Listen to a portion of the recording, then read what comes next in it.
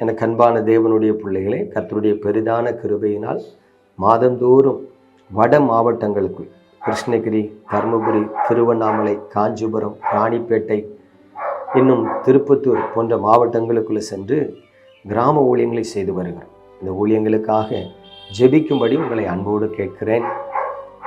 தடைப்பட்ட நமது தொலைக்காட்சி ஊழியங்கள் மீண்டும் துவக்கப்படவும் நீங்கள் ஜெபித்துக் கொள்ளுங்கள் என்று கேட்டுக்கொள்கிறேன். நீங்கள் விரும்பினால், கர்த்தர் உங்கள் உள்ளத்தை பாரப்படுத்தினால் நமது ஊழியங்களுக்காக கொடுத்து தாங்கலாம். கர்த்தர் உங்களை ஆசீர்வதிப்பார். இன்றைக்கும் நம்முடைய தியானத்திற்கு ஆதாரமாக லூக்கா எழுதின சுவிசேஷம் 1ஆம் அதிகாரம் 78ஆம் வசனத்தை பாருங்கள். அந்தகாரத்திலும் மரண இருளிலும் உட்கார்ந்திருக்கிறவர்களுக்கு வெளிச்சம் தரவும்.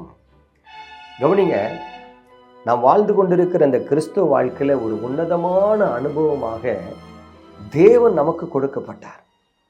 எனக்கு அன்பான தேவனுடைய பிள்ளைகளே, நாம் வாழ்ந்து கொண்டிருக்கிற அந்த பூமிக்குரிய வாழ்க்கையில் மனிதர்களுக்கு சொல்ல முடியாத போராட்டங்கள் வரும்.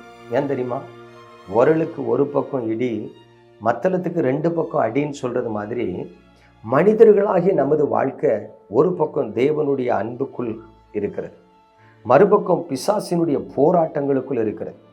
தேவன் தமது அன்பை காண்பித்து, மகனே மகளே, இந்த உலகத்தின் பாவத்தில் விழுந்து விடாதே, என்னிடத்தில் வா என்று அழைப்பார்.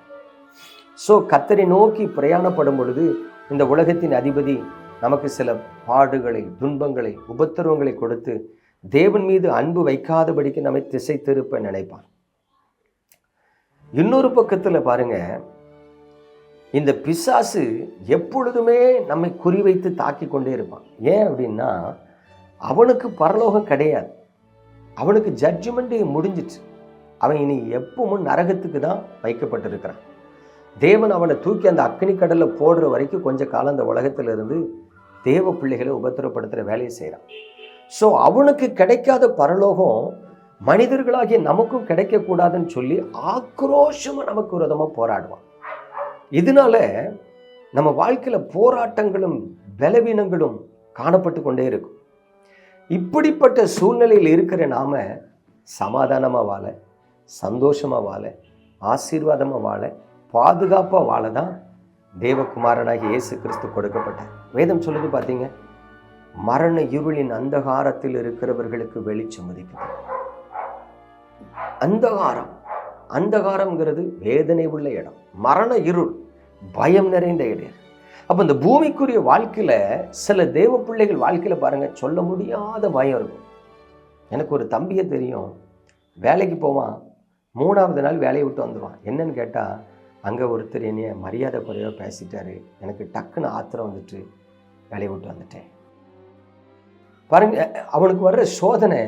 அவன் நல்ல பையன், அவன் யார்ட்டையுமே பேசக்கூடாதுன்னு பொறுமையாக இருந்தாலும் யாராவது ஒருத்தன் அறிவு கெட்டவனை இங்கே இதுக்குள்ள உட்காந்துட்டு இருக்கான்னு எரிச்சலாக பேசுவாங்க. அந்த வார்த்தை அவனை உடைச்சிரும். ஒன்று உடஞ்சி சின்ன பிள்ளை மாதிரி அழுவான், இல்லைன்னா கோபத்தில் அடிக்க போயிடுவான்.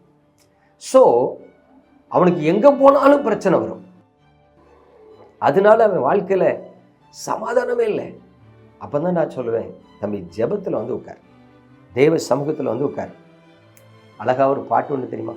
தேவ பிதா எந்தன் மேய்ப்பனல்லோ, சிறுமை தாழ்ச்சி அடையிலேனே.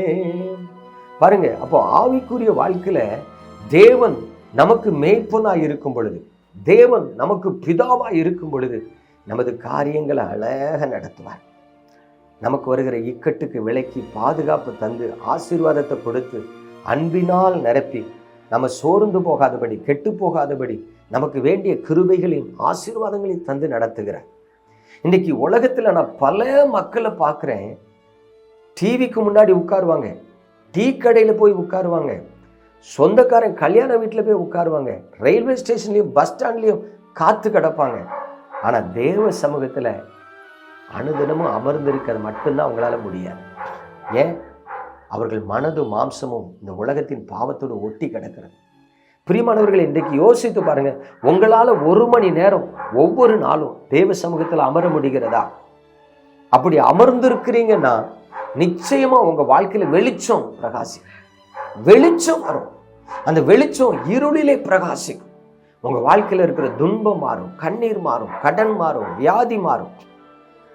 நீங்கள் ஏன் இந்த ஆசீர்வாதத்தை இழந்து போகணும்? நிறைய பேர் சொல்லலாம், ஐயா நான் மிஷினரி காணிக்க கொடுக்குறேன், நான் ஒரு ஃபெல்லோஷிப்புக்கு போகிறேன். அதெல்லாம் இருக்கட்டு.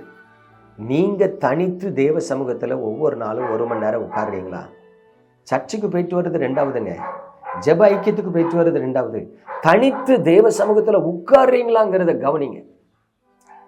எல்லா பிள்ளைகளும் ஸ்கூலுக்கு போயிட்டு வருது. ஆனால் ஸ்கூலுக்கு போயிட்டு வர்றதுனால பிள்ளைகள் நல்ல மார்க் எடுக்கலை. எந்தெந்த பிள்ளைகள்லாம் வீட்டில் ஹோம்ஒர்க் ஒழுங்காக செஞ்சு வீட்டில் படித்த பாடத்தை ரிவைஸ் பண்ணுறாங்களோ அவங்க தான் வெற்றியுள்ள மதிப்பெண் எடுப்பாங்க. அதே போல் ஆலயத்துக்கு போனாலும் ஜெபைக்கியத்துக்கு போனாலும் தனித்து தேவ சமூகத்தில் உட்கார்றது உங்கள் வாழ்க்கையில் இருளை விலக்கி வெளிச்சத்தை கொண்டு இந்த கிருபையை பெற்றுக்கொள்ளுங்க. உங்கள் வாழ்க்கை சந்தோஷமாக இருக்கும். ஜெபிப்போமா? எங்கள் அன்பின் பரலோக தகப்பனே, பரிசுத்தமான உமது கரத்தில் உமது பிள்ளைகளை தருகிறேன், ஆசீர்வதிக்கிறேன். சத்தியத்தையும் அறிவீர்கள், சத்தியம் உங்களை விடுதலையாக்கும் என்று சொன்னபடி இந்த வசனம் என்கிற சத்தியம் உமது பிள்ளைகளின் வாழ்க்கையில் வெளிச்சத்தை கொண்டு வர உங்கள் நாமத்தை மகிமைப்படுத்த உங்கள் இரக்கத்தை காண்பிக்கட்டும். நன்மையால் கிருபையால் இரக்கத்தால் முடிசூட்டட்டும். ஆண்டவரே, உமது பலத்த கரமானது உமது பிள்ளைகளை விட்டு விலகாமல் இருக்கட்டும் என்று இயேசு கிறிஸ்துவின் நாமத்தில் ஜெபிக்கிறேன் நல்ல பிதாவே, ஆமென்.